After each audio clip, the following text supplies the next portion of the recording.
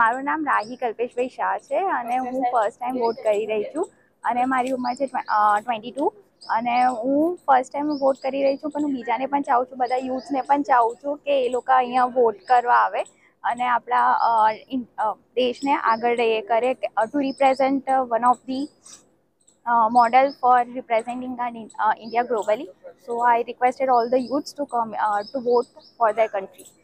મારું નામ દેવિકાબેન હર્ષદભાઈ પટેલ છે અને હું 64 વર્ષની છું. મારી કેન્સરની ટ્રીટમેન્ટ ચાલતી હતી અને મંગળવારે મારી ટ્રીટમેન્ટ પૂરી થઈ.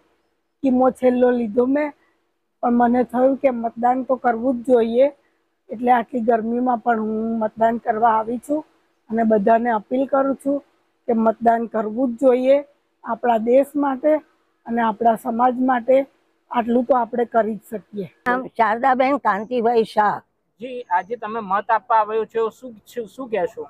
હું એ કહું છું કે સારા વ્યક્તિ જે સારા આવે એને વોટ આપવો જ જોઈએ. અત્યારે નરેન્દ્ર મોદી જેટલું સારું કામ કરે છે એવું અત્યાર સુધી કોઈએ કર્યું નથી. અને કેટલું રામ મંદિર તમે કર્યું એમને, એ કેટલું માણસે મહેનત કરી હશે ત્યારે આટલા આગળ આવ્યા છે. લોકોને શું અપીલ કરશો તમે? બસ એમ કહ્યું કે સારા વ્યક્તિને તમે વોટ આપો, જે હોય પણ સારો વ્યક્તિ હોય એને વોટ આપો તો તમારો છે તે દેશ આગળ આવી શકે.